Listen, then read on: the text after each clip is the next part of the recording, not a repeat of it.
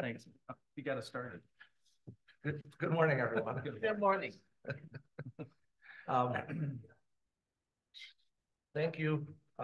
Thank you to staff and everyone that contributed to the packet. I think there's a lot of good information in there. So a lot of accomplishments, stuff. I'm gonna let you go through that stuff. Hit the highlights, because I presume everybody's read it. Hit the things you want to hit when, if you would. But everybody, this is our meeting, not any one person's. My goal of trying to get everybody together is just to be able to talk informally about things that are either on your mind, things you think we need to be thinking about. Staff have done a really good job over many years of getting the things done that we put in the budget. I think the financial challenges of, we certainly felt the burden, I think, of that discussion relative to the fire station on Monday night, or I did. It's nice to be able to talk about $3 million in reserves. Tremendous accomplishment, but we didn't put it there overnight. It's been something that's been building and growing and that we've protected. It's also could be there to use. Those are the kind of things we have to think about and talk about.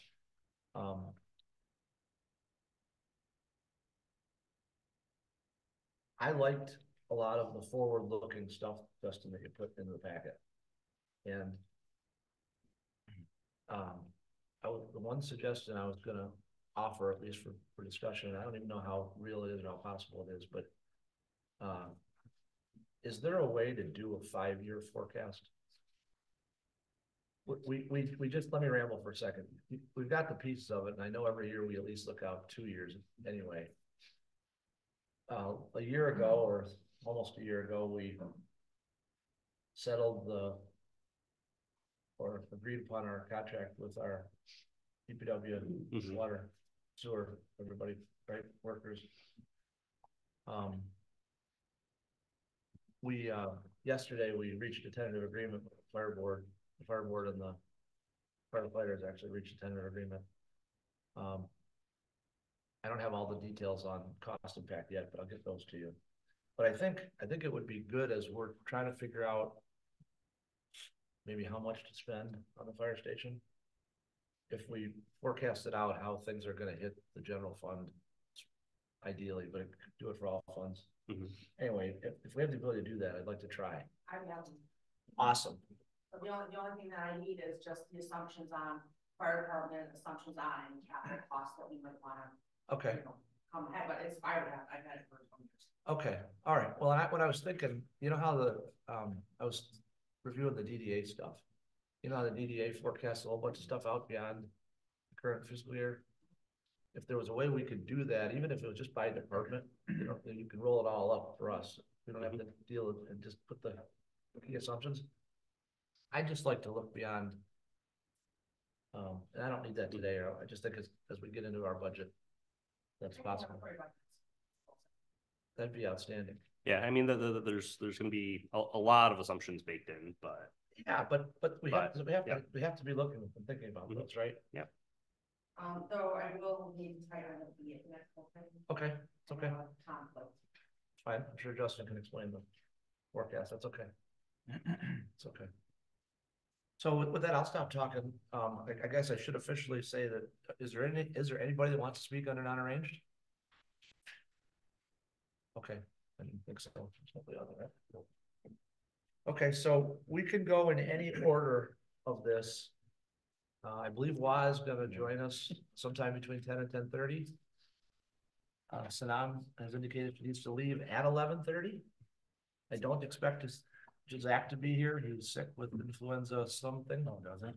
Yep, he's been sick all week. That's why I missed the council meeting. I missed the fire board meeting Thursday. I've been texting him all week to check on him, but I'll send him a text. I don't think he's going to be here today. Yeah, there's a lot of that going around. Yeah. John Sharf had it too. Jamie's not going to be here. She notified us an hour ago that she wasn't going to be able to make it. So it's the four of us.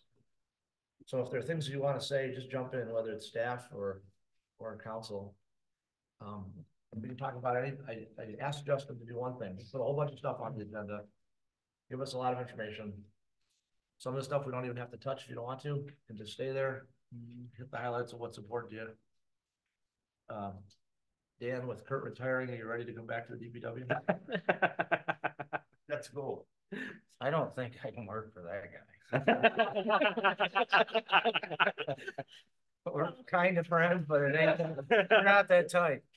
Actually, a note on that, if there is a, retirement celebration or whatnot, could we be informed ahead of time and potentially attend? Yeah, we're planning something for Kurt. Is it in writing or is this verbal or where are we in the process with Kurt? For Kurt, Yes. Kurt, I received his MERS request the other day, so. Okay. His last day is March 31st. But you know, a couple of days before that is Good Friday Okay. weekend. So his actual last working day will be the 28th, I believe, unless we have like a snow or something. Okay. That's gonna be, it's gonna be a big loss. Mhm. He's got a lot of information and he's done a lot for the city.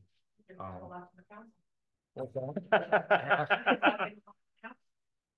Yeah. And all joking aside, if there's any way I can help during that process, please, if it's all right with everybody here, I'd be more than happy to contribute however I could to help.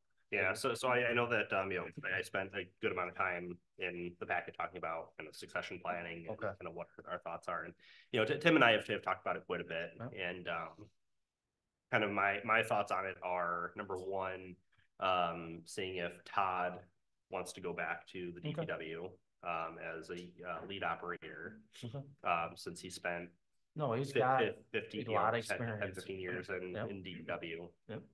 And then possibly promoting one of the new hires into a lead operator role, to get that training and additional support to Tim. And then potentially trying to hire a sixth DPW.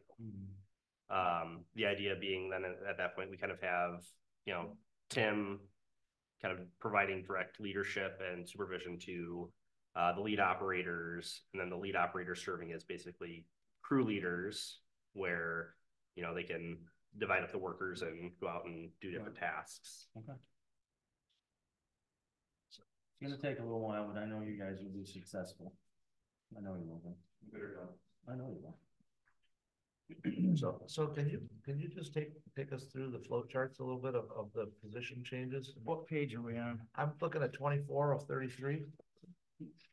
There's like, I'm sorry, 20, maybe it starts on 22 if you want to cover the succession plan.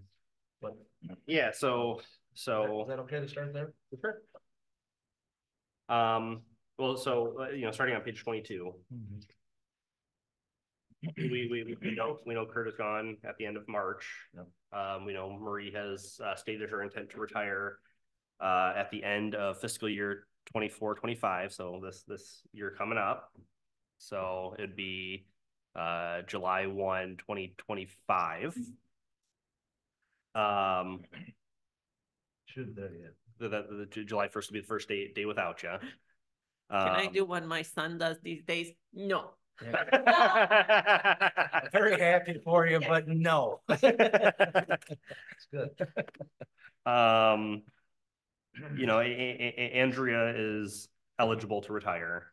She if she chose to, she could go any day. She hasn't stated that she is planning to retire, No. but She's probably got 3 years. Mhm. That's what we're talking about. So she's living 62. So that's what she says. Recording how well she's doing, I think that would be a perfect fit to get that in there. And then the Bob, obviously, I mean, Bob, technically July 2nd is when he go, but he's looking at December. So, but with him, honestly, he could be another 5 years. He just likes to work. Mhm. And but you figure at the age of 70, you might want to leave. Yeah. He just, I think he's afraid of leaving, to be honest, because he's not sure what he's gonna do. I'm like, are you serious? You do so much, because he's on the board in like township, and so. He's a really smart guy. Very Yeah, good. he's a really smart Very. guy. So Courtney's working out then. Yeah, she is, and I'm getting her more involved, more and more with paperwork. She starts doing memoirs and and everything that needs to be done with IPP and stuff like that, and she's testing for her sea wastewater and her S2D2 already Wow, after 2 years, so no, that's awesome. she's doing awesome. Sorry, Justin. No, that's, So she would step into Andrea's role then? Is that the long term? Yeah, that's Long term? Yeah, and she'll be perfect. That's why we hired her, or we were hoping Yeah, she was that's gonna be exactly. capable of doing that. The similarities is crazy. I call her Andrew Junior, because they both came from Michigan, their thought process is exactly the same, so. And I'm trying to instill a couple things in her too, because, you know, she still has a young mentality of, but like any of them do, you know, it's easy to move on from places, and we're gonna have another talk yesterday, and I can see her looking to say, no, this is our career, this is what we like to do, and she's okay. She likes work. 2 years already, yeah. yep. So, Josh just finished his 2 years. Jenna just finished her 2 years. Courtney just finished her 2 years. Jake, was here for 2 years, left, and then, came back at DW. Where's Grace going? Yep. Go back to school or going Nope. to the community? She's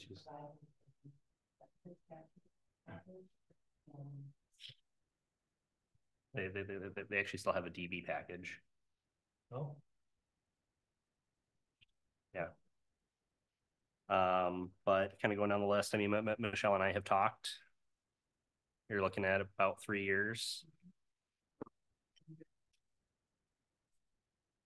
June 30th, 2020. And then you're moving to the penthouse suite in New York City, or? Talking with Justin to figure out how to make this transition, because when we created this system planner position in 2017, it was to apply that person, you know, brought into Yep, the they're all. position. When went out for position race bill, we were at a point where we can start seeing that economies and salaries and such were impacting the lower position that needs. We get it, the wage and salary and then correctly.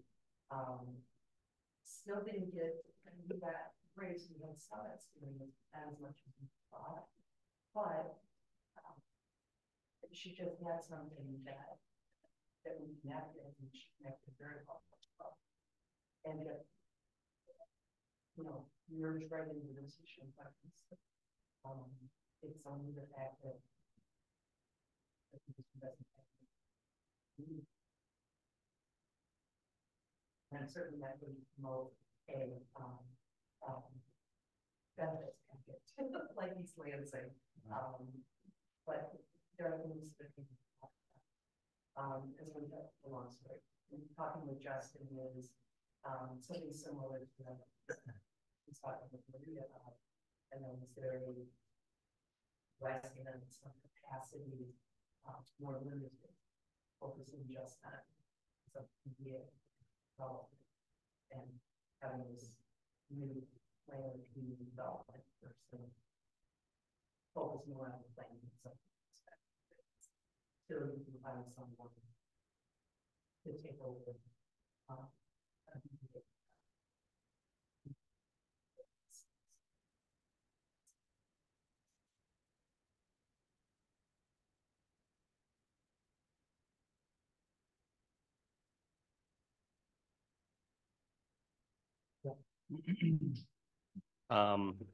So we're advertising for a replacement For Grace. for Grace, right?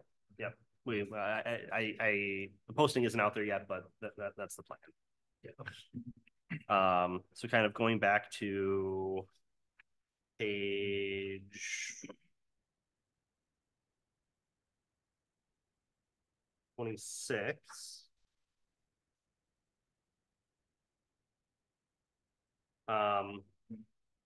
So some of the thoughts are, with Marie's position, one thing we've talked about doing, and I believe I mentioned it to council before at previous succession planning discussions, bringing in somebody to train with Marie for a year, to get that full year's worth of the cycle and training, and here's the full scope of duties before Marie steps out. But then to kind of go along with that, we already know that like Marie's position and my position have a lot going on. And one thing we'd like to do is bring in a city clerk / deputy treasurer. And we think that we have somebody in-house, specifically Jenna, who has the potential to step into that role. She's expressed a lot of interest in election functions, and she's been helping me out and helping Josh out a lot with elections, and she's been doing a really good job. She's been doing a lot for Marie as well. Almost all of the tax taking in the tax payments. Okay. Good. And honestly, I think with Jenna, similar to Grace, I don't see her staying as our administrative assistant for $47,000, $50,000 a year. She's she's smart enough to find the next step. Yeah. Well, so she wants to grow. That's good. Mm-hmm. Yeah, that's good. So love her. And I think Encourage it. one of the things, and especially in the last 3 or 4 years, but really since we became a city, there's enough work for a deputy treasurer, an treasurer, finance director. One of the things that I have not been able to do in the last, well, since we became a city, really, do a lot of the policy things and the forward thinking things, and I think in some ways the city is suffering by it. Because like I should have been on the fire committee, but just know I haven't. So there's more than enough work for that position from the treasurer side, for both positions. One of my favorite topics is taxes. It's the topic most people don't talk about here in the city, which is good. I think we need to look at that additional mill. I don't know how the 5-year forecast is going to show, but I think we need to look at adding that mill to the general. I mean, if we're going to want to bring on extra staff to train and maybe bump some people to different tasks or whatever, you're talking about DPW adding a 6th person, even that's a longer term thing, but the fire department, anyway, I won't be surprised if that's part of the recommendation. Okay. My personal thing is that How much will that add? it's 1 mil and add $100 for a. No, I mean, how much will that give us to? $270,000 ish, roughly. But there, with the difference in Marie's salary versus the person that'll be coming in, difference between Kurt's salary and the person that'll be coming in, there is some savings there. The positions that we're assuming we promote Jen into a new position, the other folks that are backfilling are going to be not as costly. Understood. I think it'll end up getting there one way or the other as we look through the fire station stuff. Mm-hmm. Can I ask a question on the fire service and the DFD in general? Sure. Has there ever been a thought within the DAFD of becoming a true authority and levying their own millage? So being on their own? So I had in my report the last month or so a meeting with Karen, the supervisor of Decker Township, and I just met with her on Tuesday evening, and she did like her graduate work on fire department models. Public safety, fire department models, something like that. She's very interested in it, and I know Dexter Township, I think, would like to go to an authority. I think she'd like to revamp the interlocal agreement, Mhm. which is a whole nother thing, okay? But that's is not gonna be an easy an easy thing to do. But I think it's something that we probably need to look at. Some of this, Maria, like you talk about is a function of time. I will tell you that my priority is getting this fire station built. Okay, that we a year ago, you worked hard, Justin, we needed to get our union contract here settled. I'm hoping that we can ratify, or that the fire department firefighters ratify the one there. The impact to our cost, I think, is within what you guys budgeted even for the next year. But yeah, I think looking at an authority is a good thing. And I know that Joe has even talked with SIO, given that their recent millage failed horribly, potentially about other things that could be done. I just need some time to put there, you know, if you will, because and there would need to be some education. I mean, he's built a good relationship. They all have on this SIO interaction committee, and he had some conversations with one of the trustees in SIO. And that person went to their fire chief and said, "What do you think of this?" And he's like, "What?" And then that went to our fire chief, and he was like, "What?" All of a sudden, people think we're disbanding VAFD. My phone's ringing. I'm getting texts. I'm like, Joe goes to breakfast, and I'll have you know, and he had told me he was going to talk to Kathy or whoever, John, whatever, which is good. And I told him, so I said to our chief, I said, "You guys got to let us talk about this stuff. Don't feel it's." You got the ball rolling, now, didn't you, Joe? I think, long term, I mean, we've talked about this my entire tenure here, but just. Well, it would certainly help our general fund a lot. The people would still be paying for the service in a different way. Yeah, Separate from us, right? And that's the education that needs to occur. Well, the thing is for us, it's 4 mills. Right. Right. In Webster, it's like 2. Right. In Dexter, it's like, so the thing is, the optimist in me says that would be great. I think everybody would support it in the city. And I think Dexter Township would support it. Yep. The pessimist in me is Webster's gonna say, screw you, we're getting a great deal. We're not doing anything different, because that's always. Webster Township said. That's the mindset. When we were talking about the recreational authority for the seniors, pretty simple concept. Their treasurer, John Sharp, who is he's the we call it he's the 7th member of the DFD board.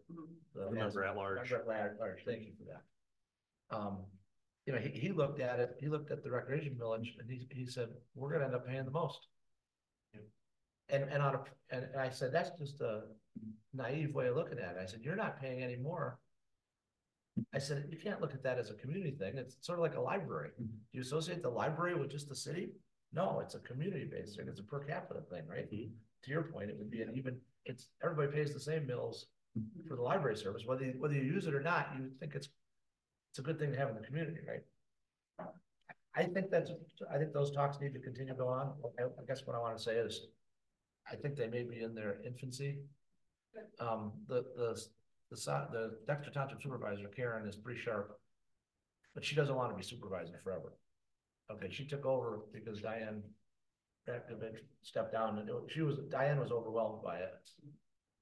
Karen's gonna do well in it, but I don't know that she's necessarily gonna run for supervisor again. She may run for the board again. And So, and kind of the other benefit of moving towards the mill authority structure is that kind of up and down annual budgeting too. It's difficult to budget when we don't know what we're budgeting to. Well, she and I talked about, maybe in the interim, maybe we need to try to update the interlocal a little bit. I think that, you know, we could certainly update the interlocal and have village of Dexter change to city of Dexter, okay? Now, well, Mhm. it sounds like, it's not, right, and it gets people reading it and talking about the issues in a small way that's not real controversial, right? Mhm. You know, I don't think anybody would object to a 5-year smoothing. You know, Mhm. something that takes the average back so you can better predict, Mhm. you know. I don't know, we don't have to get into all those details necessarily unless you want to, but that's where we left the discussion, was maybe there's some minor changes that would help on the cost predictability. They are going out for a millage renewal, I guess they're calling it, in Dexter Township. But I don't think that they feel it's gonna, they're asking for the same amount, they really need to ask for more, but they weren't prepared to ask for more. So I don't know, it's probably 3 years out, they're gonna be drawing from reserves to pay for it. It won't just be the millage that covers it. I mean, it's gotta be the same, I mean, it's the biggest, you know, elephant in our rooms. What is the DFD gonna cost us this year? Yeah. And I mean, they've gotta be the same, the other communities. Well, but that's the point, Webster Township is not. They Right. just simply are not. Yes, because of the way that. And it's written. what I seriously think is the only way that we will get Webster to the table is if we figure out a way to make it pay for that. Because that's the only thing that John Hinckley and Webster Township Board has ever responded, ever. And they've inflicted on us, right, on a 425 for Webster. To this date, we're still paying them. How much more? I think there's. 1 or 2 days, Yeah. 1 or 2 more years. But the thing is, Dexter Township doesn't have that, Scioto Township doesn't have that. I mean, you gotta hand it to them from a business standpoint, they do a great job, but to the community standpoint, what we talked about right before the meeting, Webster Township doesn't feel like part of the community. They feel like there's them and everybody else that they are essentially taking advantage of from a financial standpoint. Sorry, no, it's very. And sorry to be mean-spirited. But you know, when you talk about forecasting, that is one of the big unknowns. Yep. Well, the good news, I can give you some good news. We had 20 runs in January. Yep. Out of The the city, city had 20. Yeah, compared to 40 plus for the other 40 two. plus for the other two. So right now we're in the driver's seat. Okay, leverage. They all joked about it. I said, hey, I'll settle that percentage right now, John. Fix it for the year. Well, we've been as low as 20 or 19. We've had runs in that area if you look back historically, but it's not typically us 20 and. Yeah, Them both I 40. mean, there was a period where we were between 25 and 27, 28%. Mhm. But then I want to say 2-3 years ago, it just jumped up to a third and hasn't looked back. I think you have average of 31 in there over the whatever. Yeah. Go ahead. no, I was gonna say, Frank, that, you know, on the funding of the fire trucks, you know, it was always a thing where the DAFD did a bond and bought a truck and paid it back over the time. And the whole thing was, you know, you used up that truck so much percentage for last year, you paid for it essentially in next year's budget. It was a pay-as-you-go type of thing. Just for the DAFD to get to the point where they're putting aside funds, because, I mean, sooner or later, somebody's gonna look up and say, hey, we were paying 35% when you put that in there. And now we're only using it 25% of the time. Sooner or later, somebody's gonna put those things together. Well, again, I don't know if this is where you want to go with things, but you know, that board has, in the last, 5-7 years, we have accumulated about a $1.2 million fund balance. No, and that, I mean, for a purchasing of equipment, that's great because you have flexibility. Right. It gives us a lot of flexibility, but it makes it difficult to win a grant. Because we have to report our revenue stream and our reserves and all that stuff accurately. Yeah. And I jokingly, but semi-jokingly, at the meeting last week, I said, well, if you vote to put it all in OPEB, we don't have any fund balance. Because they were trying to say, how do we apply for a grant? And Doug's like, I've analyzed a lot of these, I've taken classes on how to write them. They're not gonna give us a lot of money when we have $1.2 million sitting there in the bank. So the other side of that strategy is we may be looking at trying to come back to the boards to see if there's a way that the communities hold the money. Like in escrow. I don't know, so reserved account, restricted account, i.e. for funding.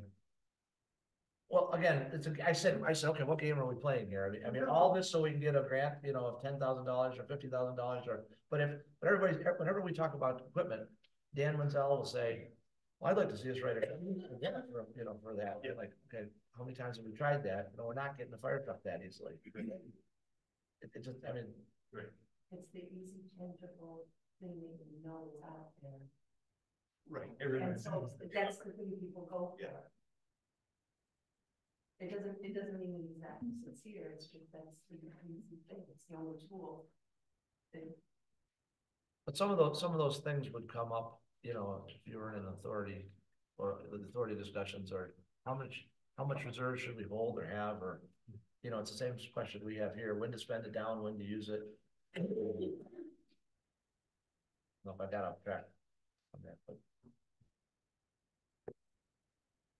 So from the succession planning, do you have a good plan in place? Is there anywhere where you think there's a real gap that, I mean, it's like if you have somebody that you're gonna hire in for community development, right? I mean, does that mean then we gotta get somebody who's gonna backfill in the person who's gonna backfill? You know what I mean? Well, yeah. So like, you know, for example, like taking the city clerk / deputy treasurer. Mhm. If we promote, you know, the administrative assistant into that position, Yep. then we would backfill The the admin assistant. Sure. I mean, you know, it's next to impossible to, you know, Yeah. replace 20 years worth of knowledge in one position. Right.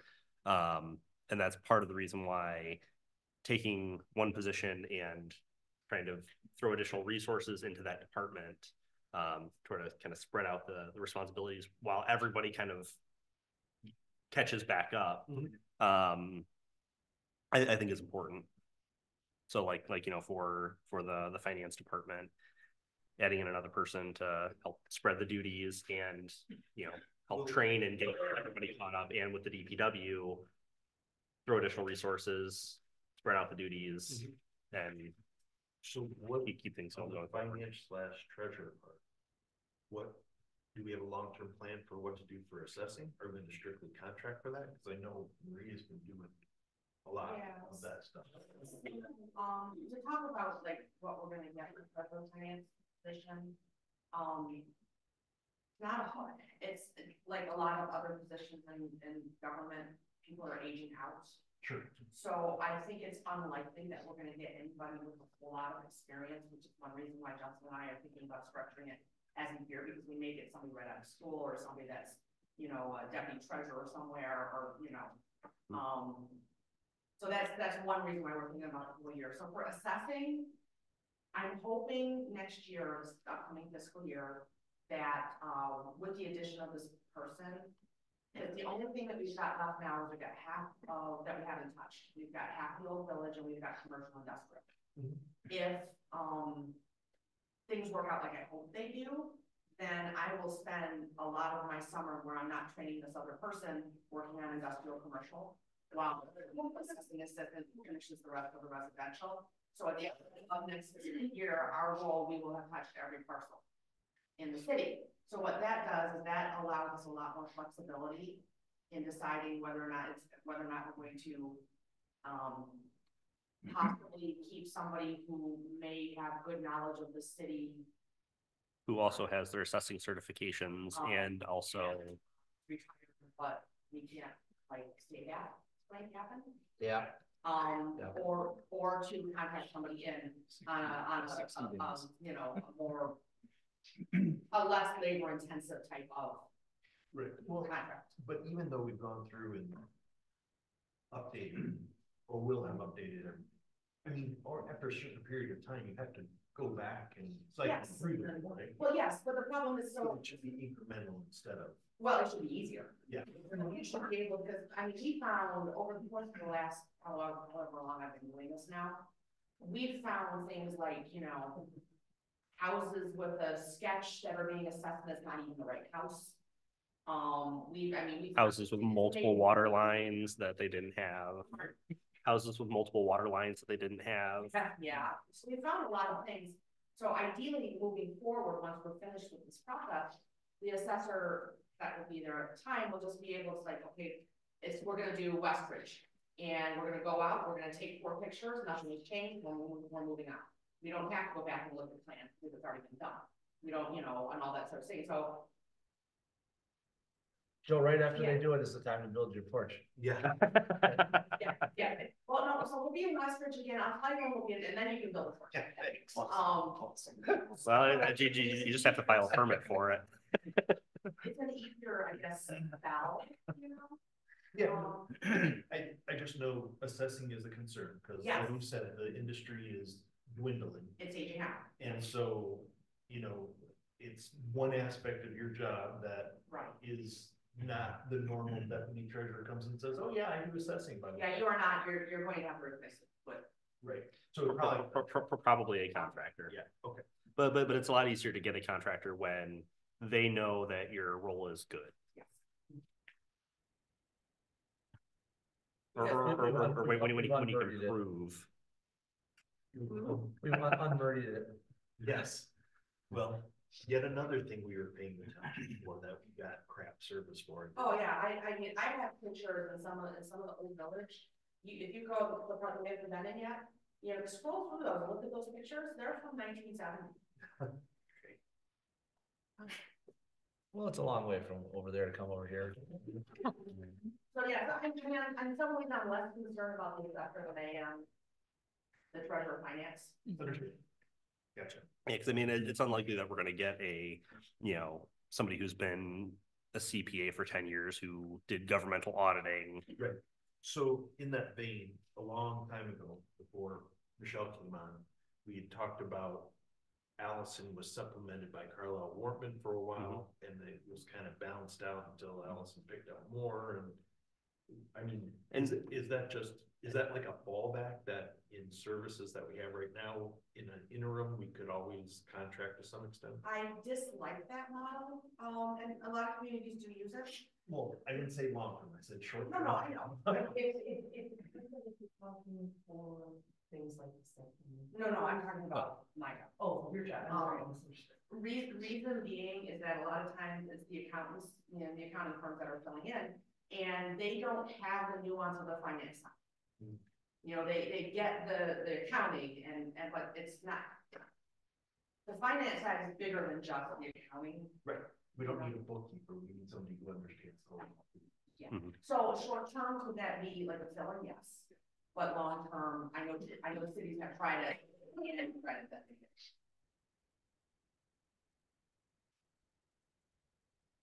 I want to make an observation, because you do this very well, and I really appreciate it, is that the succession planning in some sense is also career planning. And I think that's very important to call out, because any group that people don't always see that, and you're doing it very naturally. And my mind goes down years down the road.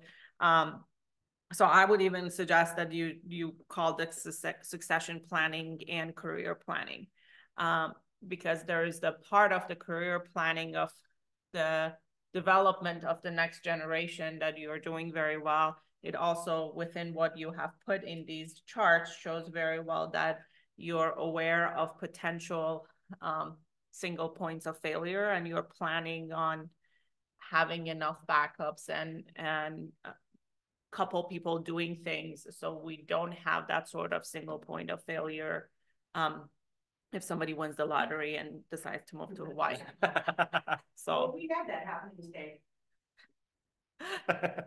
So just saying. Well, it could be that, or it could be they could find another job. Yeah.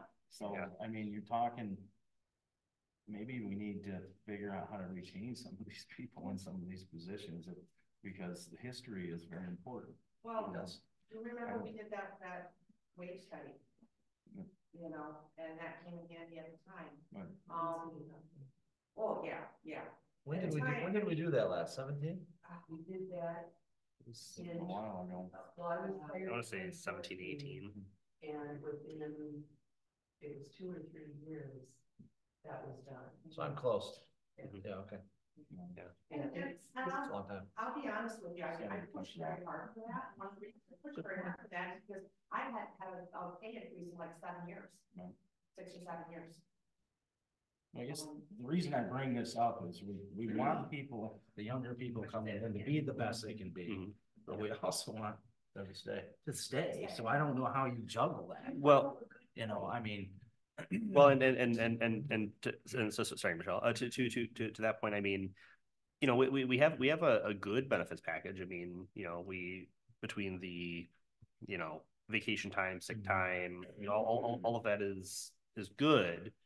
I don't know that it's something that you couldn't find elsewhere. We don't have a DB package, you know, we're, you know, high deductible HSA, healthcare now.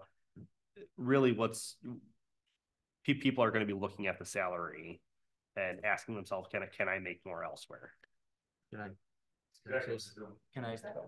well, the thing is you, even as our workforce, some people have a defined package, some people have medical after retire, and I don't know if we're supplementing for the difference between the two packages. I don't know if we should, you know what I mean, but there is a big difference in our workforce. Mhm. A package of each, if you look at each individual player, person and what it costs. So I don't, anyway, it's just something I think we need to think about is how we retain these good employees. I don't know.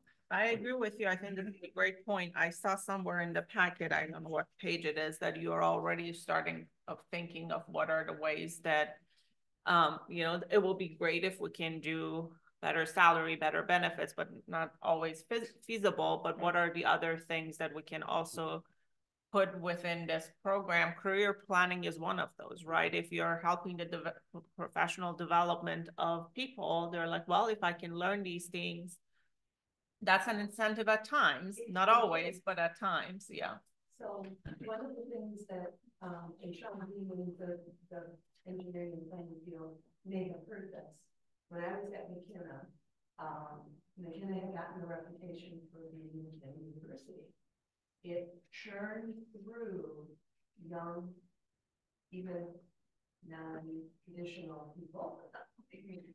Churned through them. They'd be there for 2 years, maybe 3, learn all kinds of stuff, get just, you know, the experience, the education, and they move on someplace else.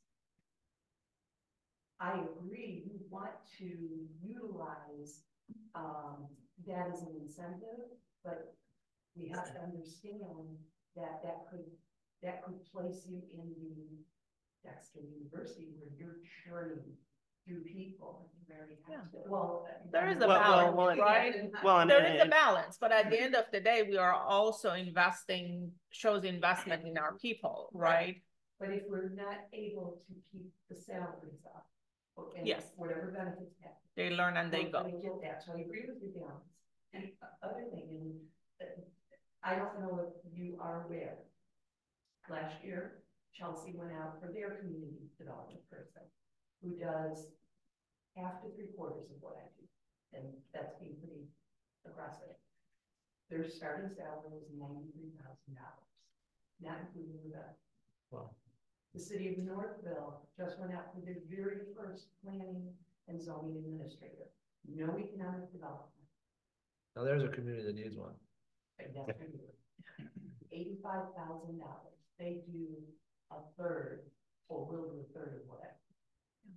So now when you look at that in the framework of not just this position for me now and filling it later, but that person you need to bring in as the second person in this department, it starts to really focus that wage discussion and balance it. That's where I Yeah. think the extra mill is gonna come in. I'm telling you, the only way you're gonna get there is by adding money to the salary base. Well, you know, bearing the soul over here, and during that time of my kind of wage stagnation, I absolutely was looking to leave here. And the only reason I did not leave here is because there was no community that could match that defined benefit. I would have had to have made like $150,000 a year to come even close to being able to retire when I need to retire. They have things too, with defined benefits too, we got the hybrid package now, which doesn't cost. No, I'm just saying that, like, I had a low salary when I had to just not retire. So, And that's the big It's a thing. holistic thing, right? It's everything. And that's and I'm actually hearing it from younger kids more talking about the DBs and the hybrids and stuff, because they say pension. And I know we talk, just with dealing with contracts, it's about life stuff, they get on them.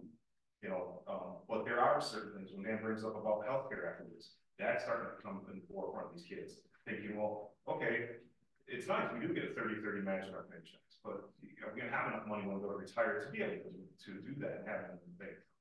Those are things that I think that every community is dealing with.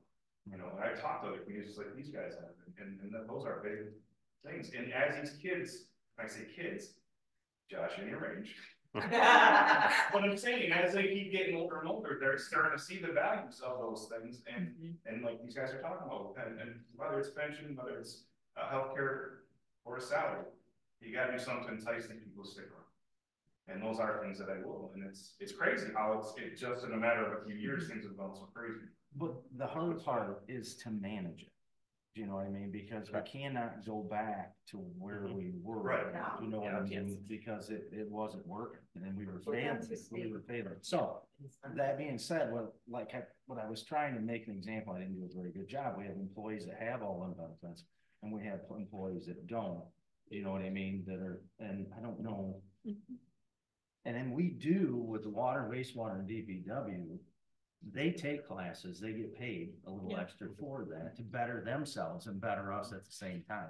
I'm not sure how it goes for the, you know, the city office people, but maybe in the future we can look at something like I that. usually look at, you know, the retention and job satisfaction. It's sort of like there are three areas, is the salaries, the benefits, and then the others, right?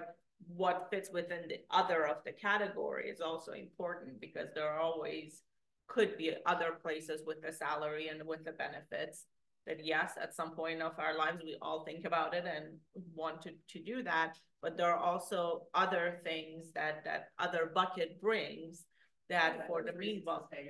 Yeah. Yeah, and I, you know, I think that's one thing that we have done very well is a good work culture. Yeah. Not you know, not that you know, folks aren't you know, pulling more than their weight. But I think that's another benefit of bringing on additional people is to continue to improve that work culture. I think you're right there. I mean, when I worked here, I enjoyed the people I worked with. I mean, no doubt about that. Yeah. But on the other hand, I agree with Marie. One of the main reasons I stayed as long as I did was I knew how important insurance was and I defined that. But you know, there's also, and I think it's. There's a lot of models. Yeah. No, there's a lot of different ways to A get lot of there. models, Exactly. but you gotta manage them. But what I'm saying, said it. what I did say is we can't go back to the way we were doing business Well, because, we didn't manage it then. you know what I mean? It was bad. I know. You know, you wonder how. I know. Something like, you know, it's Grace's example going to a DB, you know, Grace is younger than my son. And looking at me going, yeah, I'm retiring at 60. You know, and Grace thinking, wow, I'm gonna have to work until I'm 78. Well, but like Sean said, there's different ways to fund things. You gotta really look out and. So I think in some ways, you may think that she's crazy. It's a branding in the community. It's a what? It's gonna become a branding exercise.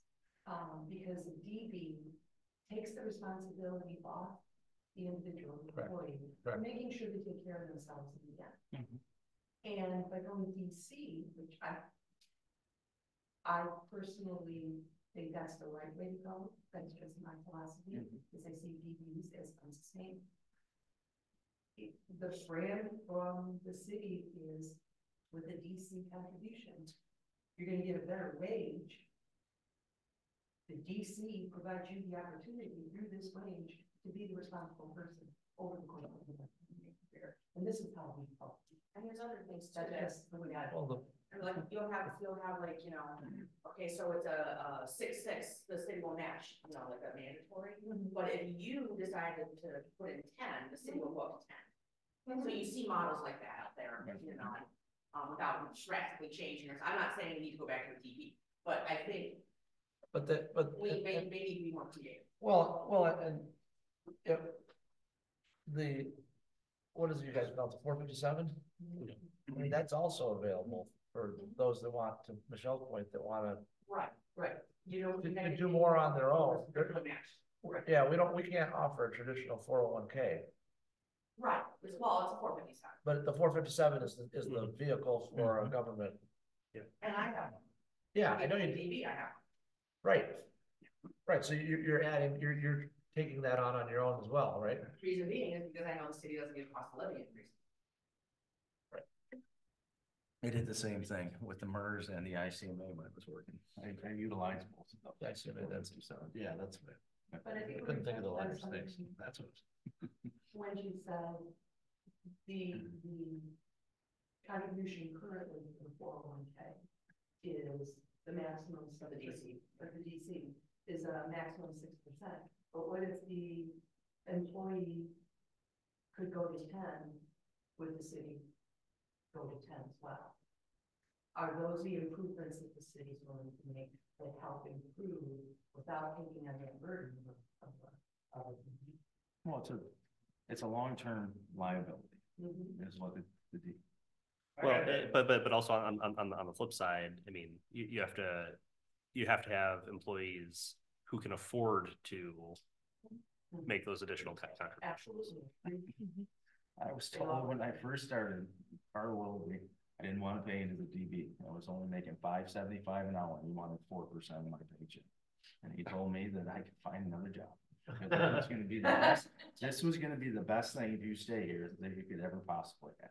Can you imagine 4% of 5.75? I'm just doing the math right now. That's not much. A quarter. Yeah, it's a quarter. I had that number though, we went on this, the village paid 10% and I put into the national. So, you know, the one good thing that we do have here at the city, though, they did it at Lyon Township where they opted out years, you know, when it first started, they opted out of Social Security. So, they paid a little more, I believe, into the 457 because of that. I think by the time it's said and done, they were doing about basically 25%. But you don't get, like, if you look at my Social Security statements, that year that I was in Lyon Township, it says 0. And that hurts. So if you work, so if you work for that community your entire career, you're not eligible. Yeah. So at least we're on Social Security. That part's good. There was so at one point in time, when Visteon split off with Ford, we continued they had a continuation of what the Ford original program was for retirement and stuff.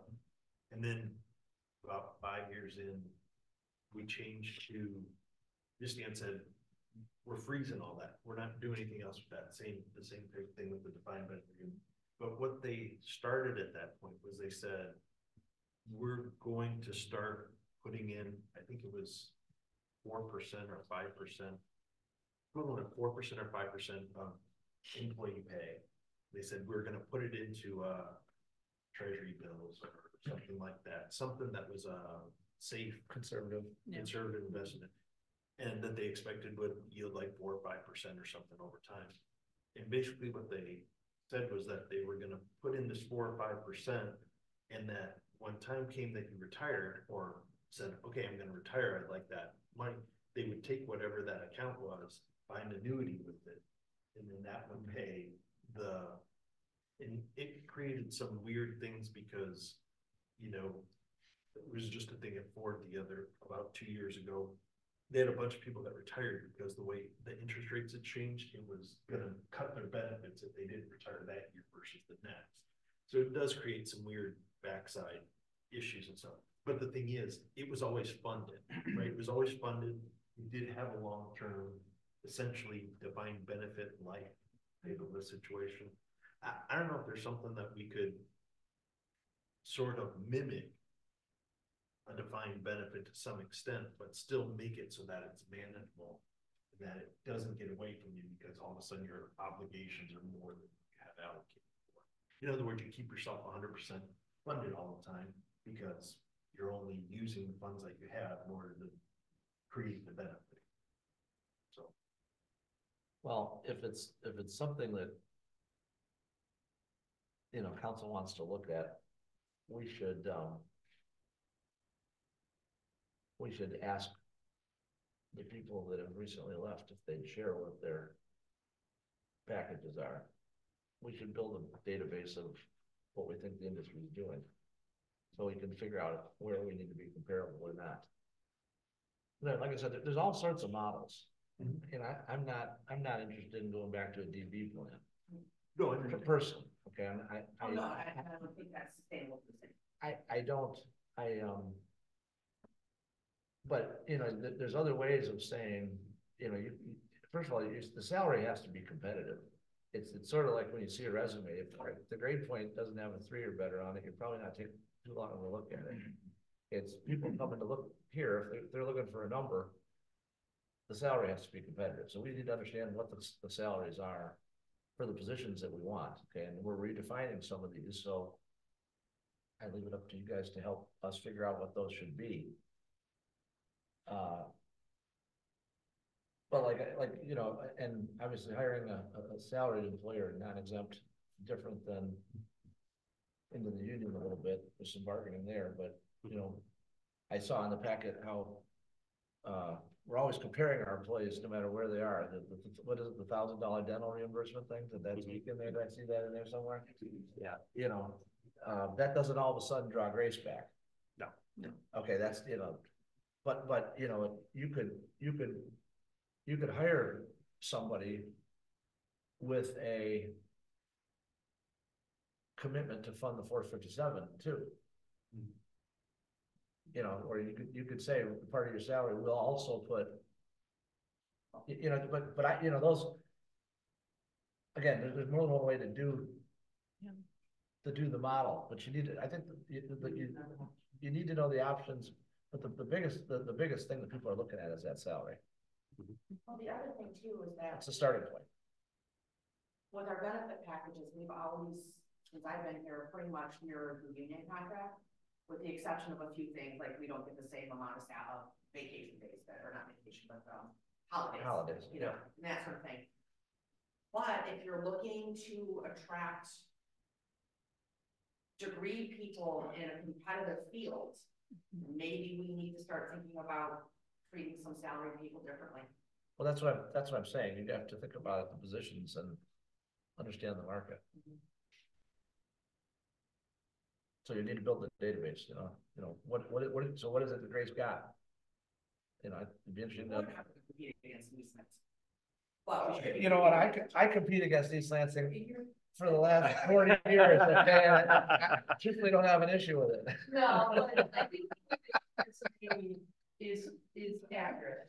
If you look at the size of the community, the competition isn't East Lansing. Right, that's right. It is Chelsea. And Saline and Milan and Northville and Plymouth and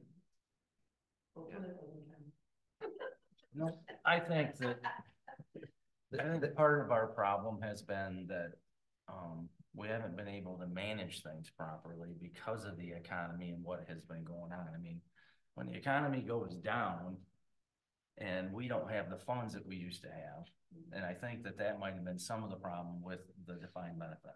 So we'll go back to the defined benefit, but whatever we do, we gotta manage it. You know, and if we don't manage it, like we didn't do a good job, neither on the union side or the city side for the defined benefit, it's gonna fail. You know, but I mean, people coming out of college hear things differently. Take I mentioned you could offer something into the 457, right? If you call that the signing bonus, all of a sudden now you're talking market language. Okay, because people like the idea that you can pay a signing bonus into their 457, start them off with something that's good, but they perceive it as, okay, there's a competitive salary and I got a signing bonus. It's that attract part of it. right. there's a whole bunch of models, it's, you have to think about what they are. Although like on that, I mean, I feel like we've done a really good job of attracting good quality candidates. I mean, you know, like Well, that- Grace, like Mike. So then it becomes sustainable, how do Mhm. you keep up with that, right? Mhm. Yeah, and to that point, you know, I think Mike left for a lot of the same reasons that Grace did. I mean, he went to the private sector where he was probably offered a significantly higher wage. So I look at my kids, and you're right, Sean, when they got out of college, it was the almighty dollar, right? Yeah. But it didn't take very long with my help that you gotta look for the future. Right. Okay, so my oldest daughter just got a new job, and what attracted her was that defined benefit, Oh, wow. you know, besides the salary, but as they get older, it's gonna switch. And maybe that's happened to Grace. I mean, maybe something after being here, that was her name, right? Right. And maybe, so I don't, like I said, I don't know how to manage it, but it, And I'm just throwing this out, I have not looked into it, but there is a hybrid. Have you looked into that?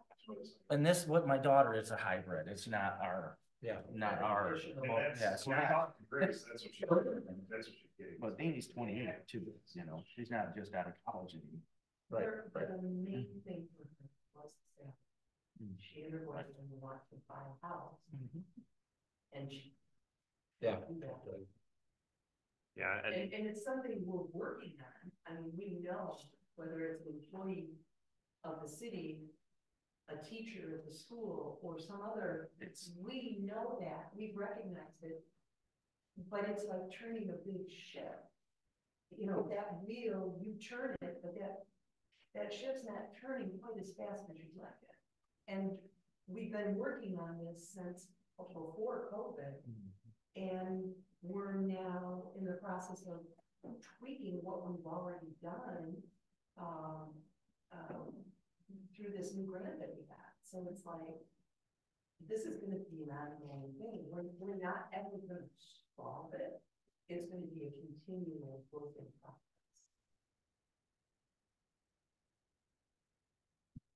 Good discussion, I mean, it's something to be mindful for, but you gotta hit. I think it starts with understanding what the right salary is to offer.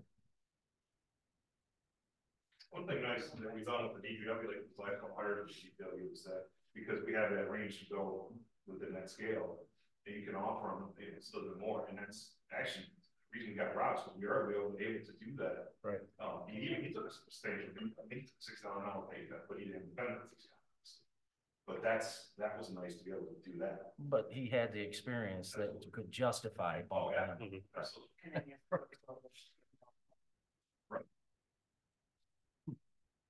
Are you, I don't know the 457 very well, are you allowed to borrow from that? we do not have that in place right now, something like that. Well, I was just thinking about, I know that when, well, I was gonna say, you know, I know that there's several employees at Wade Trim through the 401k program where when they got out of college, they started saving in it. And then when they wanted to buy their house, they borrowed from the 401k. They paid themselves back all the We interest. do not have that in place with that. And it was an easy way to get a chunk of money to make a down payment. And all the interest came back to their, Right. Pay yourself. you're paying yourself back. I don't know about MERS, but ICMA, you could take money out of that with a penalty if you want. Yeah. I it's don't know all how the same law. MERS, how the It's MERS. all same law. So ICMA had this too, we just didn't have it, but basically what it does is it allows the employee to say like, I need $20,000 for a down payment, and the interest rate is 3%, but you're paying that 3% back to Back to yourself yourself. instead of paying that 3% to somebody else. Okay. And that can be put in place. I don't know, just all those options add up over, you know, as options. Okay, is there anything else you want to cover on succession planning? The only You have to say? the only other thing was you know, the ideas to your point about like the $1,000 dental, you know, for non-union. The other idea was the kind of like employee retention fund, where the idea is you set aside dollars and then basically let the employees decide how they want to spend that.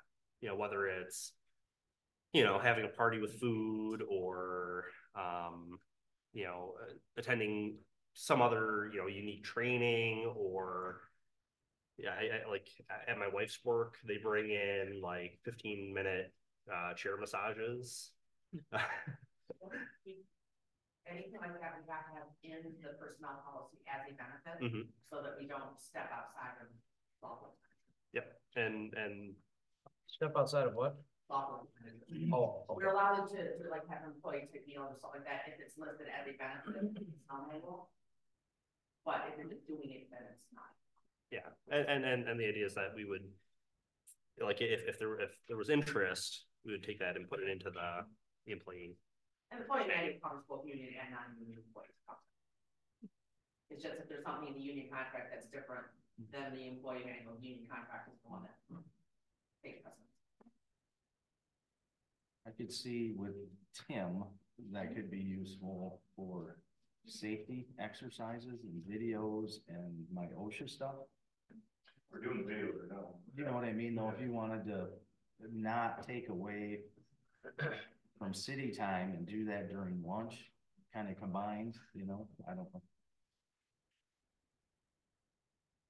You know, for an amount of 5,000, I wouldn't object to trying it however you wanna roll that out. Mhm. I mean, that's not an amount of money that is gonna make or break. I'd like to think we could do that without, you know, the question is, what's the idea, right? Or what? I don't mind trying it if, whatever we have to set up to do it. I think at that level, it's experimental, and if there's a way that would enhance job appreciation or whatever, Mhm. you know, I'm all for that. Okay. Personally. I don't know what 5,000 gives, you know, how many employees we have, 20, 25? You know, does it work out to create a tangible, meaningful? Yeah, That's one, the and then, question. and the idea is that, like, I mean, you know, it wouldn't be like a payout, it would be. No, It'd I be just understand. something, understand. you know, something that benefits everybody, that everybody can participate in and enjoy. I understand. Employee, like, I don't know what you call it, but he gathers us together on these like games. It goes really, it's a bonding thing, but all the prizes and stuff come from. Yeah. He's got big pockets. Not so much with a kid in the house anymore. Should we start to talk about the industry child community side? Not to go into that too much, but just as a reminder that we will have to renew my contract this year. My contract's up for What month? July. Just to put on there. Okay. All right, we should open negotiations quick. July's gonna be here before we know it. That's true. I mean, No kidding. Time flies. no, that's important. Put that on the priority list. Thank you for reminding us of that. I can't believe it's been 3 years already. It does. Yeah. Every day. I remember when we were doing the interviews. Yeah. It was painful. Portions of it were. So you know the Ellie? Yeah, Ellie. She's the finance director of Selena. Oh, is she? Good for her. She sits on the legislative committee that I sit on in Lansing. Oh, yeah, good for her. We'll see how long she stays there. Been there almost years, so. That's good. Do we want to touch on anything on the topic? I got something I'd like to share, and I'd like to know if you guys have support for it or not, or what you think. Go for it. It's simple. What about making Hickman's into our rest area from downtown? Restrooms. And the reason I bring that up is because that's the only place that I can see right now that we have water and sewer available. We don't have it behind the fire station without a lift station. We don't have it down at Broad and Grand. If we were ever thinking about doing something down there, we're missing sewer down there too. It's right downtown. Kurt's retiring, so he doesn't have to maintain it. What's that? Kurt's retiring, so he doesn't have to maintain it. I- 'Cause I haven't You seen know, them all you know along. what? I'm sure Tim's not liking it. If I was sitting in his seat, I probably wouldn't like it either, but we need something other than porta potties. And I don't know if there's any support. I just wanted to bring it up, take 5 minutes and let you guys think about it. And I'm good. I agree with you, downtown rooms are something that's needed. What I hate to see go in the process of converting a former space into just that is you negatively impact your economic development into them. That little space is a great little incubator. For somebody who wants to come in and start a new something. I have a list that I've been collecting of people who have contacted us since they started up the building. This meeting. It's somewhere between 12 and 20 names, if I remember correctly. Even with the fact, and they vary from food service to just retail commercial. Interestingly, not anyone just went to play office. And even with the equipment, knowing that, because I've contacted them all, letting them know that the equipment's on, so it's not transmitting, there's still an interest in the food service portion. My thought is that it doesn't, and what I'd like you to think about is, it doesn't have to be an either or. If we look at, there's potential to expand that space for the restrooms and still keep a portion for a small business phone. I think it's really helping to read that, I know it's a historical site too, and but anyway, I just. wanted to bring I it up. heard that the jeweler store next door is interested in it too. But there were one of the things that, The jeweler is only around shoes. yes, And that shoes. Yeah. But there's There's- a number of people. I agree with it's a historical building, right? So there is the preserving the integrity of the historical site to me is always interesting. And the other side of it is that I agree we do need bathrooms.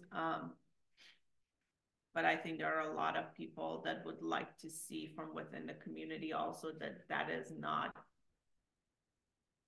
turned into a bathroom facility.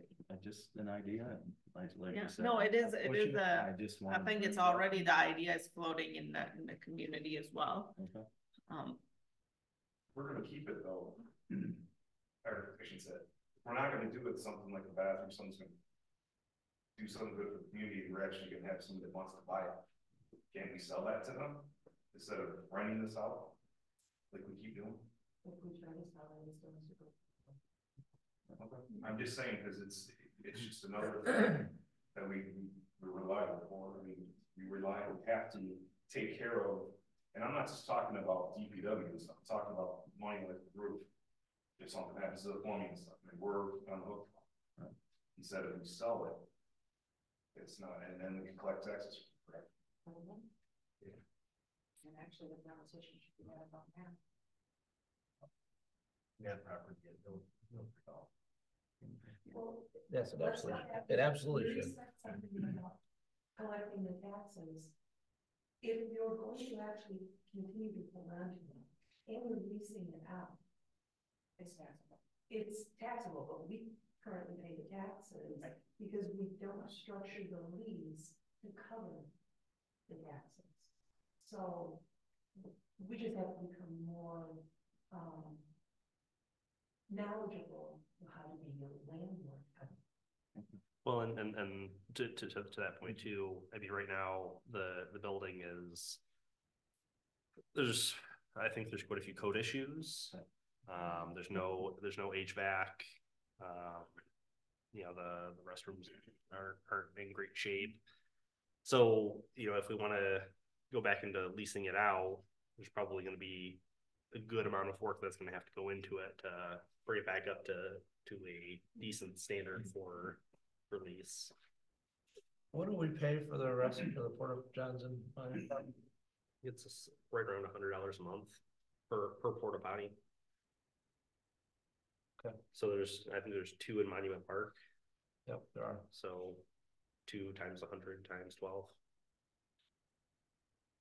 So I have not heard anybody tell me that they would object to restrooms there. I'm interested about your comment.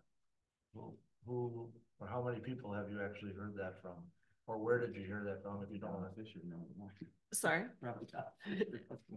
Yeah, and then there are also other, so there were a few residents that we were having a conversation on Galentine's, in the street around it, and, somebody brought that up, and, you know, of course, I didn't know enough information to either confirm or deny anything, but there were just like, the group of people that were talking about it, the sentiment was that we shouldn't, it would be good not to have restrooms in that building. Well, A couple of them were business owners, a couple of them were people living within the city of Dexter, so it wasn't just like outsiders as well. But I don't have a full, like, have gone like, they thought it could negatively impact the atmosphere of the area. How? If it was like the whole building, what was it? Well, a couple of things. So on the incubator thing, that was something that Don always talked about, right? Donna Fisher always talked about that would be a great place for an incubator to get things going. But it has never been. What it's Right, been is. we've never programmed it such. Right. Yeah. Well, if what I'm suggesting is that if we continue to lease it, whatever we have to do to get it ready to go, it's almost like we have to have a going in standpoint of, you get a 3-year lease and after that you have to move out.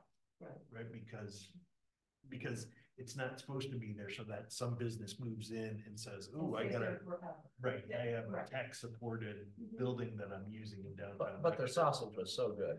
I understand. I get it. I wouldn't even be talking about this if he wasn't gone. But the object is that they grow up and move out into another space in the community. I understand, right. And I think there are ways to do that. Looking at Leonardo Spark, who does that with tech companies, and working with taxes at the small business development center. Right, and the person moving into there has to have a plan on how to progress, right? I mean, because Hotel Hickman started to do it, right? They started out with a chuck wagon over next to the extra mill, and then they moved to the building. Presumably, the next step up would have been somewhere else. But I actually think it's a great spot for Ben. well, I was gonna say, I mean, to Dan's point that there's water and sewer there. I mean, Easy peasy. and I don't know anything about that property. I don't know what the property lines are. I don't know how it's set up. I didn't even know there's a bathroom in there. I mean, it makes sense that there is. Can we? It's one toilet. Okay. Yeah, it doesn't need code or. But could we add on to the building and just put public restrooms and still keep the main building for the rest of the stuff? I don't know if that's possible or not. I think there are ways to do that. There's also ways to talk with the adjacent property owner, like if that's a gravel lot. And possibly use some sort of. Oh, right, store, yeah. And I think this is also an area where the city, maybe can partner.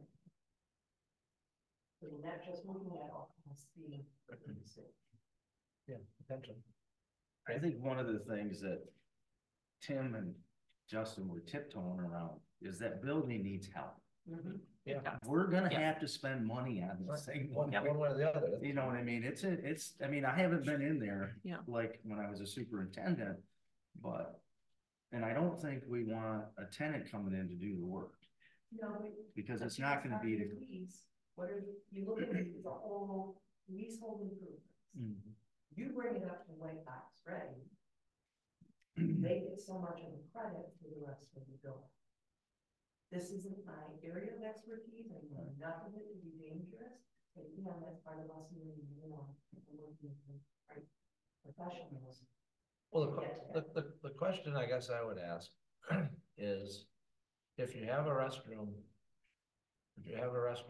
in Monument Park, public, are you also trying to build one down along the trail? I'm sorry. Are we also trying to build one along the trail? Yeah. It gives us time to figure out what we wanna do, because for me personally, either location, if we did something in Broad and Grand or down at the fire station, it's gonna cost a lot more than, I mean, it's gonna cost, you gotta have a lift station on both locations. Understood. But maybe that would buy us some time to figure out what we wanna do, where we wanna go, you know. Where you want to put it, because does it only have to be behind the fire station? Pardon me? Does it only have to be associated with behind the fire station? We danced around, we know there's gonna be a trailhead of some sort at the underground, by 3045 Broad. Does it make any sense to clear out public restroom in that area? But we're, Because the public in the Mill Creek Park North, yeah, it's a little walk, but they could go up to the library. Okay. Use the bathrooms in the library.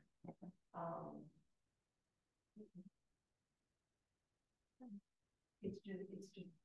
well, down at Broad and Grand, What we really want, we really want. I believe that we're gonna need some kind of a development there to be able to put, because it's just, you can't just put a small pump station down at Broad and Grand. It's gotta get all the way to the alley.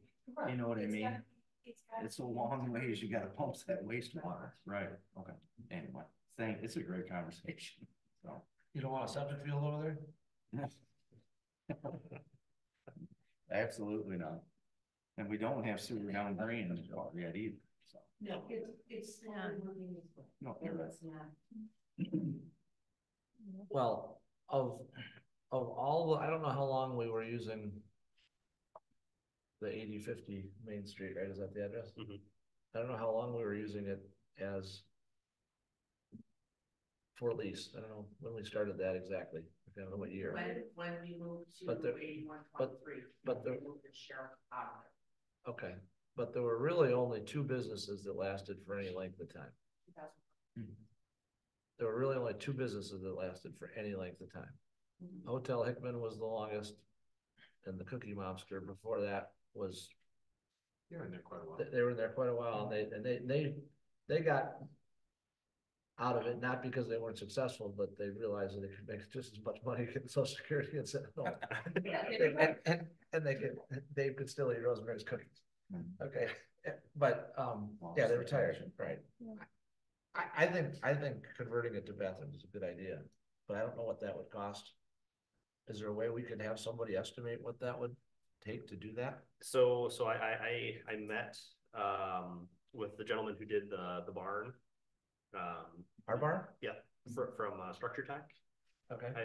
I met with him down there and asked him if he could, you know, give me a price. And that was probably 2-3 months ago, and I haven't gotten that number back from him. I also wanted to ask Sam if we could meet down there and have him throw out a number for me from Cunningham. I figured he would probably have as good a feel on that pulse as any. Yeah, it'd be interesting to see if we could use anything that's still there. Or if we'd have to take the whole thing down. He's probably gonna need some kind of lot lines or something, so we know.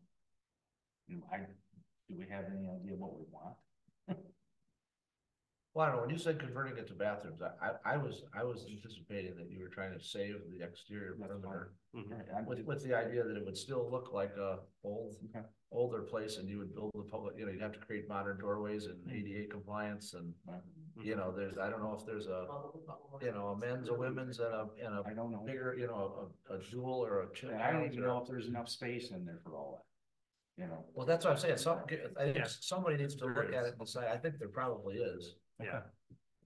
Also, 2 bathrooms with 2 screens, put that way. No. You're talking, upon was probably 2006, I think it was around. Now, granted, it's not gonna, you're just gonna utilize the old building like cheaper, but back then it was $125,000.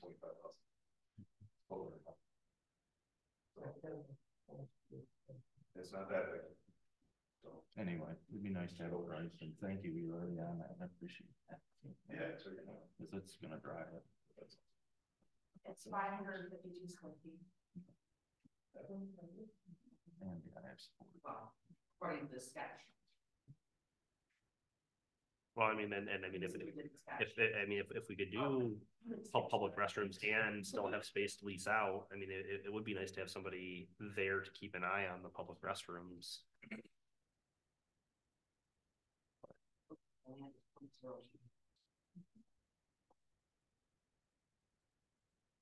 Yeah, we can keep looking at that. Pardon me? We can come back with some. I'm still gonna need support, but it'd be nice to have some numbers. Yeah, for sure. Thank you. Now we'll make that into a 45.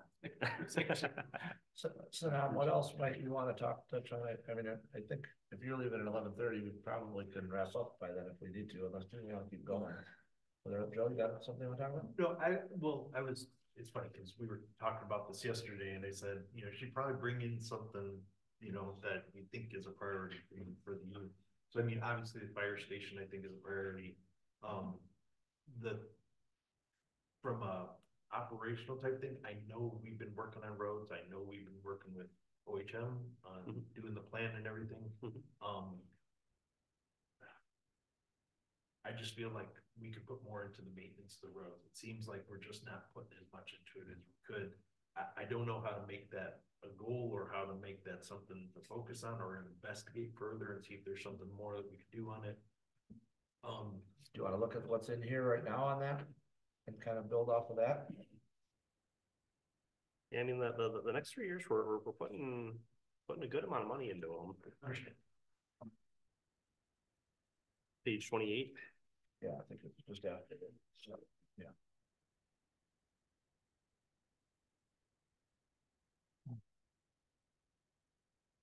So we have those different goals and stuff, not necessarily what we're actually doing, but in the wording and stuff in the goals. Is there a way to you know, turn it into dollars or what? well, no, the opposite, right? Put it into the wording of the goals so that it outlines what it is that we're trying to do as far as maintenance goes. Ready to go for it? Yeah, essentially. Because I mean, it's just really easy for that to slip off the table or become a lower priority. And it's easy to do in the short term and long term, it just ends up costing us more. But and I apologize, I'm just not as close to it as I used to be, so I may be completely, you know, way off in left field and we're all good on it, but well, and honestly, the way this plan is structured is that it does draw from reserves in the road fund for the next 3 years. Yeah. Well, I mean, you know, at the risk of I'll be the one to talk more about taxes. I mean, we have room under that street millage. Right. I mean, if there was if dollars are needed that would create benefit, I mean, there is available, there's a mill or half a mill or something, I can't remember exactly what it is. Yeah, I think we're at like just over 4 mils, but we could go to 4.6 or something.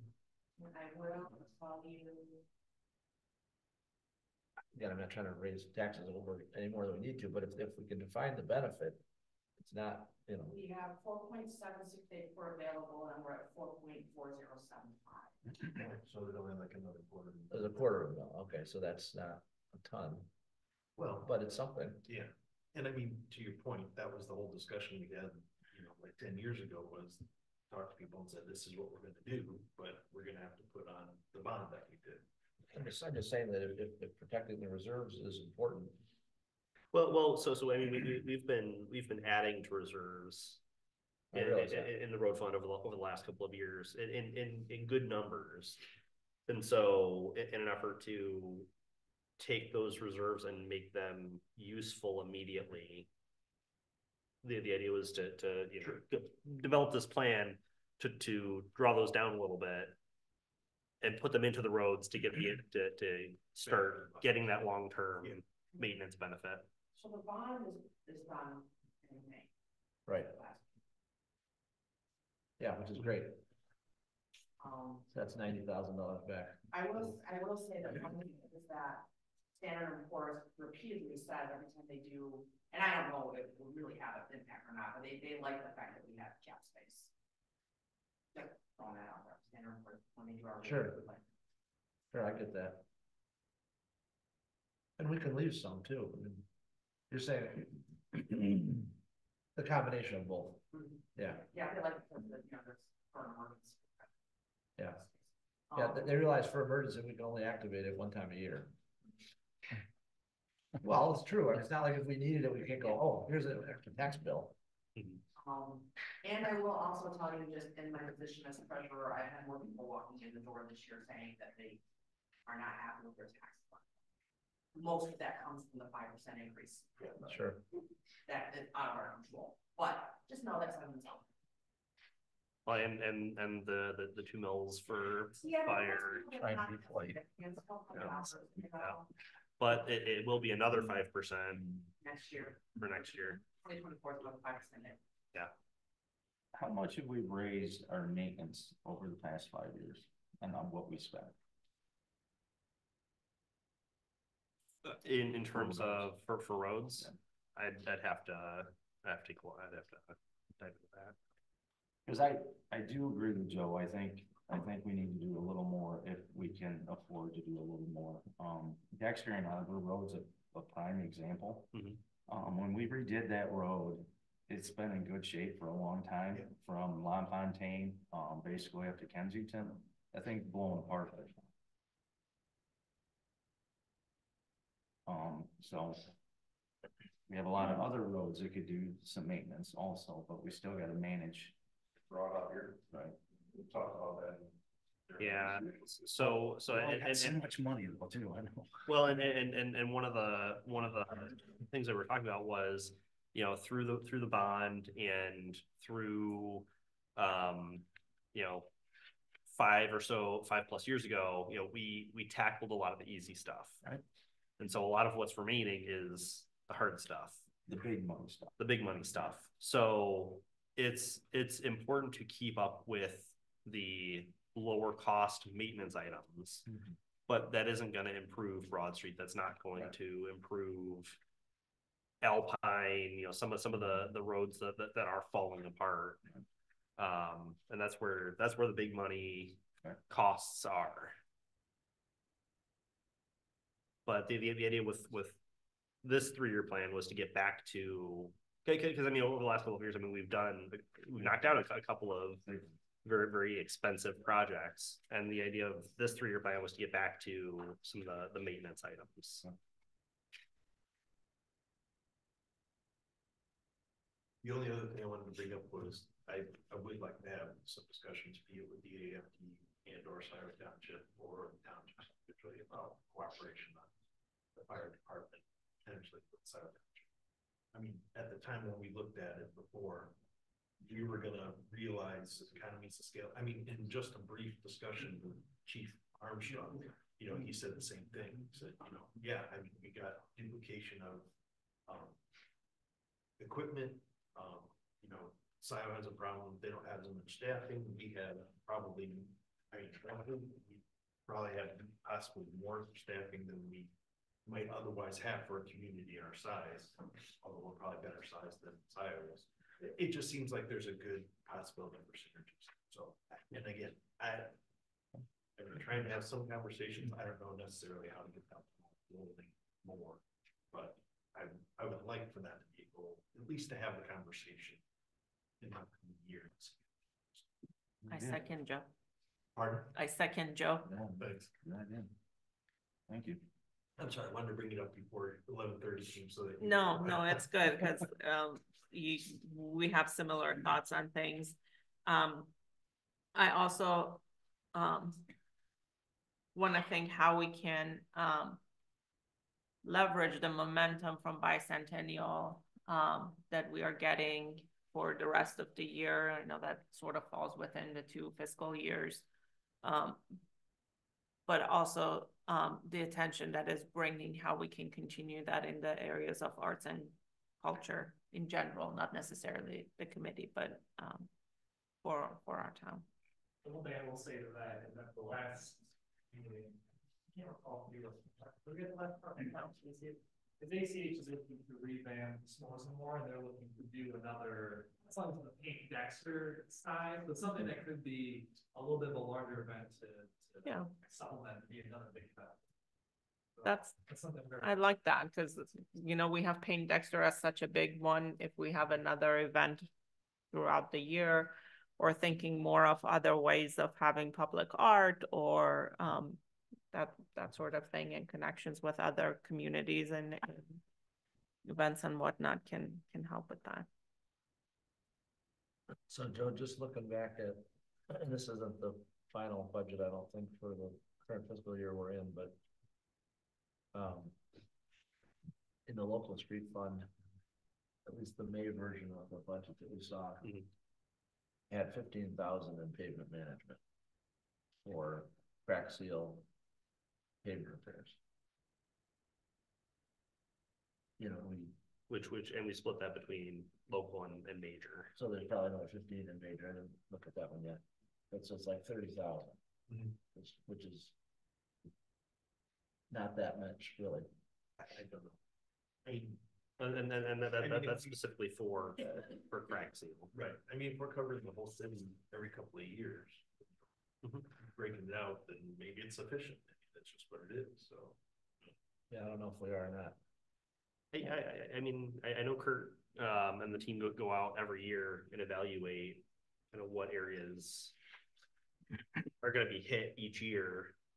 Well, I was gonna say that I know we budgeted to do, there's been a lot of work to do, like repairs around catch basins. You know, and to make sure they're pointed up or whatever we're doing and cleaned and get the curb level again, if it's, sometimes you get settling in those areas and. Yeah, and part of Westwood, the roads will do it this year, that's one of the things that we want to do, pointing up all the catch basins, ones you raise, fix, whatever. Right, so that all counts too, I think, in there. Well, and it's Yeah, and- important to manage that, because when you do come to where you wanna do a mill and overlay. Yeah. All that shit's gotta be done That's right. prior, but, I think there's other applications we could be looking at than just crack sealing's huge, don't get me wrong. And it's pretty set, we wanna keep the water on roads, but there's other applications that we've utilized, like Dexter and Arbor Road. That could be it's a timely manner in when you can utilize them, and then there's a time when there's just nothing else you can do with it, so. Yeah. Well, and then the other thing I was gonna say is that at one point we were doing ADA improvements on the sidewalk corners in some of the areas that, So I don't know that we've done that every year, but we've certainly done it a lot. yeah, so we do that probably every 2-3 years, because what we do is we use our CDBG In that area. allocation specifically to do the ADA bubble ramp improvements. But those are important, but they're also things that last a long time when you do them, that you get a bit of benefit out of it. It's not like you have to do that every. Well, any projects we do, we touch a road, we gotta fix it. Right. And we've been doing that for a long, long time. Yeah, which is good, right? Right, oh, absolutely. Well, it's going to be, you're gonna be one side guy. Right. You gotta be, that's the way it's designed. The last job we did in Dexter Crossings, we had to replace them, and they needed to be replaced. Yeah. Right, they weren't up to standard. Speaking of Dexter Crossing, another thing is the Sloan Kingsley conversation. And it would be good to have some So resolution of that. real quick, for roads, we did add in the sidewalk cutting this year for the concrete displacements. Yep. The other thing we're talking about as a part of Grinding, you mean? or grinding, yeah. Cutting and grind, yeah. Yep. So the other piece of that, the remove and replace, there's going to be 2 contracts in each year of the TAMP. The first is the kind of like slurry seal and those types of applications. The other piece is going to be the significant mill and overlays. Yeah. As part of that mill and overlay contract, we're also looking at adding in a good chunk for sidewalk remove and replace. Would it be helpful for you guys to have the sidewalks and the roads separated? I mean, are they together? Roads, sidewalks, stormwater You pay for it on the street fund. are all together in the street. I didn't know if it was. Yeah, and there is a separate department for storm. There isn't necessarily a separate department for sidewalks. Sidewalks, And curbs. it's When you say department, you mean within the departmental number. Correct. Yeah, like you do Yeah. maintenance. Yeah. So the Act 51 actually requires that we use a certain percentage of our Act 51 funding for non-motorized. Okay. We always meet that, I mean, it's 5-year or 10-year, whatever, that's never a problem for us, but just saying that sidewalks are part of Act 51. Just relative to Sloan Kingsley, I don't remember her last name, but the Many Hands business or opportunity, their leader, Carrie, called me on Wednesday, I think it was, and asked if I would write a letter of support for the need of that within our greater community. Then I told her I would rough something out this weekend and get it to her, so just so everybody's aware, I'm gonna do that. Interestingly enough, she's having trouble getting a letter of support from the Scioto Township members. But Yeah. they're going, she's going for funding. She's looking for funding through, I don't know, I'll have to. One of read those my bugs. notes, I can't know. I don't do bugs. But but you know, they need, it's like a $35 million total investment in the 90 some acres that they would do, right? And their goal is to get to 10, raise 10 by the end of this year. Supposedly they have enough to buy the property already raised. 35 is a lot of money. You know, interestingly, it costs nothing to actually sell it after you bought it also, so whatever might go in there. Without a vote, yeah. No, once they buy it. Oh, I hear you, I hear you. Supposedly they've submitted their plans and will be on the March Planning Commission. The other thing I wanted to mention to you guys is, and Michelle, you'll find this interesting, I think, after the abuse we took. Dr. Timmis reached out and asked if I would have lunch with him and talk to him about condos and what to do with condominium associations collapsing or expanding. So I don't know if I was supposed to tell you that, but I'm doing it anyway. So he doesn't contact you about that. I have not heard that question. No. So, through Broward's office, I was asked to calculate that based on what plan that we provide. And, we don't obviously have a category for senior center or community center in the resolution, but it would have a full kitchen. And whether they, plan to utilize that kitchen fully or not, there are only 2 categories that we can look at. Gourmet restaurant. Restaurant, a full service, which is a 2.0 connection factor. Or one, connection unit factor of 1 for carry-outs, fast food, snack bars, things like that. And so I laid that all out for them. I also had a conversation with Jim Carson. Do we not have something for the school? School is based on classroom business. How do you account for, I'm not trying to be argumentative, how do you account for like the cafeteria in the school? I mean, obviously So that they are, Gourmet kitchen. no, the way our solution for schools, it's based on classroom. It's 1 in every classroom. one half. 1 How are you? 1 REU. One REU.